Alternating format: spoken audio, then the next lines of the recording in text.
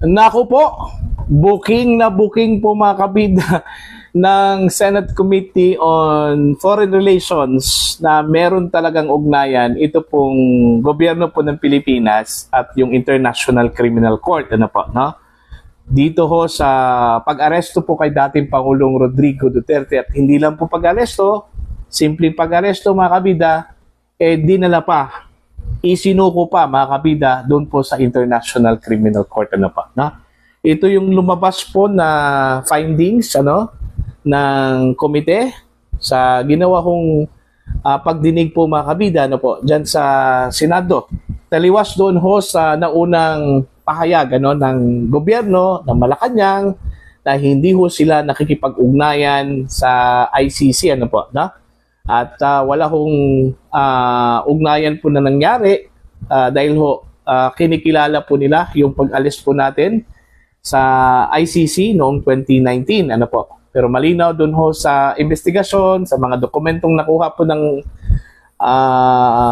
Senate Committee on Foreign Relations po mga kabida na meron talagang ugnayan itong Pilipinas at saka ito pong ICC isa na po doon sa kanila hong proof yung pagbisita po mga kabida ng mga investigador mula sa International Criminal Court dito sa Pilipinas, okay? At paghingi po ng protection mga kabida para po sa kanila hong pag-imbestiga dito sa Pilipinas. Okay? Now, ano po yung magiging repercussion po dito? Kasi may banta po itong si Senator Bato de la Rosa, okay? At in-invoke mo niya ito hong executive order po ni President Donald Trump na pinirmahan po nung Pebrero 2025. Kung saan po ay naka-indicate doon maliban doon ho sa ban po niya doon ho sa mga opisyal po ng ICC naka-indicate po doon mga kabida ang sinumang tumulong makipag-ugnayan sa International Criminal Court para hulihin yung kanila pong kaalyado, kabilang na po dito yung US citizens, military personnel po ng Estados Unidos, yung mga kaalyado po nila na miyembro po ng NATO at non-NATO members and allies, okay? Kabilang na po dito yung Pilipinas, Israel at iba pa. Mahaharap po mga kabida sa sanksyon, okay? Parusa mula po kay President Donald Trump sa pamamagitan doon ho sa executive order na inilabas po niya. Ang sabi po ni Del Rosa mga kabida, pwede ho nilang ibahagi, okay, yung findings po ng Senate Committee on Foreign Relations kay President Donald Trump. Okay, interesado po ako dito, Okay, very exciting po mga kabida kung sino kaya yung pwedeng maparusahan ho dito, na mga opisyal po ng Pilipinas. Okay, pakinggan muna natin ito pong balita mula sa The Billionaire News Channel. Ihiramin lang po natin yung kanilang video for discussion purposes lang po mga kabida. Narito po. Wala mang dumalo na miyembro ng gabinete, tuloy pa rin ang pagdinig ng Senado sa pag-aresto kay FPRRD. Komite ng kapatid ni PBBM na si Senador Amy Marcos ang nag-iimbestiga. Kumbinsido raw ito na tumulong sa ICC ang gobyerno sa pagdakip sa dating Pangulo. Narito ang agenda report ni Hannah T. Yung ginawa ng mga officials from the executive branch of government is a total snub. Ito'y tahasang pagbaliwala sa doktrina ng checks and balances ng ating gobyerno. Kahit halos walang dumalo, tinuloy pa rin ang ikalawang pagdinig ng komite ni Senadora Amy Marcos tungkol sa pag-aresto kay dating Pangulong Rodrigo Duterte. First Senate appearance din ito ni Senador Bato de la Rosa mula nang maaresto ang dating Pangulo nitong March 11.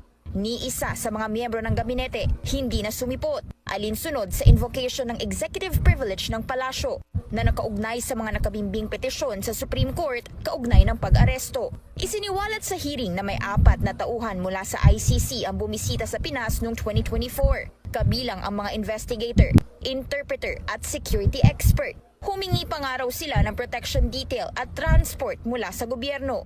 Taliwas ito sa naunang pahayag ng mga opisyal na walang tulong na binigay sa ICC. Nilahad din ang laman ng ICC agenda, kabilang ang request para sa hospital autopsy records, police blotters at maging mga dokumento mula sa Camp Crame. Tumutukoy ito sa mga operasyon sa kasagsagan ng war on drugs mula 2016 hanggang 2017. Lahat ng hiningi nila, nakarecord sa agenda, yan din ang lumitaw na katibayan para sa warrant of arrest. Pebrero nang mag-request ang ICC prosecutor ng warrant para sa dating Pangulo. Nailahad pa sa pagdinig na meron daw 80-page plan ng kapulisan tungkol sa pag-aresto sa dating Pangulo. Sabi ni Senator Amy, matagal na raw plano ng administrasyon ang March 11 arrest. Kaya gusto ni De La Rosa na ipasampina ang di umano'y dokumento ng PNP, lalo na't umami ng CIDG chief sa isang panayam na matagal nang pinlano ang operasyon. Tinawag itong Operation Pursuit. Gusto rin pagpanagutin ni De La Rosa kay US President Donald Trump ang mga naging bahagi ng pag-aresto. Anya, kailangan ibahagi ang findings ng komite sa US government, lalo na't pwede raw ma-freeze ang US assets ng mga sangkot. Hinimay sa pagdinig ang isang US executive order para malaman kung pwede raw makonsidera ang dating Pangulo bilang protected person nito. Kaya prepare for the repercussions of your action. Dahil very clear yan, doon sa executive order na inisyu ni President Trump na mananagot kung sino mang mag-facilitate ng mga interference ng ICC to their allied countries. Gusto rin malaman ng komite kung sino ang nag-otorisa sa private jet na ginamit sa paglipad sa dating Pangulo pa Hague, Netherlands. Sabi, they only knew of the warrant of arrest at 3 a.m. March 11. Tapos, sa ilang oras lamang, nakumpleto nila yung announcement, yung tender, yung publication requirements, yung award, at yung completion sa loob ng ilang oras. Pwede po ba yun? Nakatakdang magsumite ng mga subpina ang senadora kay Senate President Cheese Escudero para sa mga hindi sumipot na miyembro ng gabinete sa pagdinig. Para sa agenda, Hannah T. Billionaire News Channel. Ayan po, ang linaw po mga kabida. Actually, no, very exciting po ito. Ano po, no? Kasi unang-una, hindi pa natin alam kung makakategorize po ba itong si President Digong o former President Digong na kabilang doon sa kaalyado, ano? Kasi hindi na po siya presidente, ano? Ordinaryong mamamayan na lang po siya ng Pilipinas. Pero aalamin pa po ng komite kung pasok po ba itong si Digong doon po sa kategorya po ng ally, no? Ng US government, considering hindi na po siya presidente, isa na po siyang ordinaryong mamamayan po mga kabida. Pero kahit na po, para po sa akin, in my own personal view, pasok pa rin yan. Unang-una, magkaibigan po sila ni Donald Trump. Pangalawa po mga kabida, alam naman po ni President Donald Trump kung ano yung ginawa po ng dating Pangulo, lalong-lalo na po doon sa war on drugs. In fact, meron po siyang magandang compliment, doon po sa war on drugs po ng dating Pangulo, mga kabida, po. Okay? Ang maganda lang po dito, okay, kung sakali hong magdesisyon po itong Senate, alright, pwede ho nilang i-share itong information, itong findings kay President Donald Trump po mga kabida, at bahala na po si President Trump na magdesisyon kung tutuhanin po niya yung kanyang banta, doon po sa mga personalidad na tutulong o di kaya nakipag-ugnayan sa ICC para lang po hulihin yung kanila pong kaalyado, okay? Just like the former President of the Republic of the Philippines, okay, mga kabida. Yun po yung very exciting doon mga kabida, yung magiging move ng US government po dito, At saka hindi lang po yung may-ari po ng eroplano ang dapat parusahan po dito, Okay? Kung tutuusin po yung gobyerno mismo ng Pilipinas 'Di ba? Yung gobyerno mismo ng Pilipinas, malinaw doon po sa findings po ng Senate Committee on Foreign Relations na nakipagtulungan ito pong Marcos administration mga kabida sa International Criminal Court. Okay? At malinaw po doon ho sa executive order po ni President Donald Trump, ang sino man na makipagtulungan, sa ICC para dakpin ang kanila hong kaalyado. And I firmly believe that ito pong si dating Pangulong Duterte, kaalyado po ni President Donald Trump. Okay?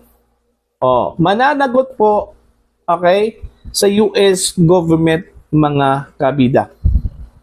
So, sino-sino kaya ito hong mga personalidad na ito? Maliban po dito sa may-ari po ng eroplano. Pero in fairness naman, para sa akin, bakit po paparusahan po itong may-ari ng eroplano? Baka po nirentahan lang po ito, Ano bang malay ng may-ari po ng eroplano na yun yung pakay, Baka nirentahan lang po ito. Okay? Pero kung ang may-ari po dito ay kabilang doon ho sa mga opisyal, okay? Kabilang ho sa mga opisyal na involved ho dito sa pag-aresto po kay dating Pangulong Duterte, talagang pasok po yun, doon po sa paparusahan po, mga kabida, Okay? Kung mangyari man po yan, so from the top down to bottom, yung posibleng paparusahan po, mga kabida, ng Estados Unidos, kung tutuhanin po ng US government ito hong kanila pong banta, Kasi napag-alaman po natin, yung parusa po na sinapit, mga kabida, ng mga opisyal po ng International Criminal Court ay itong pag-freeze ng kanila hong mga assets, dyan ho sa Estados Unidos, sa US, mga kabida. Okay? Kung ito pong mga opisyal po natin dito sa Pilipinas, kung meron po silang mga assets doon, malamang mamimiligro talaga yon, mga kabida, na ma-freeze kung sakali hong tuluyan po, ni President Donald Trump ito pong mga nakipag-ugnayan sa ICC, mga kabida. Alright? So, para po sa inyo, mga kabida, ano po yung inyong komento po dito, yung opinion po ninyo, you can comment down.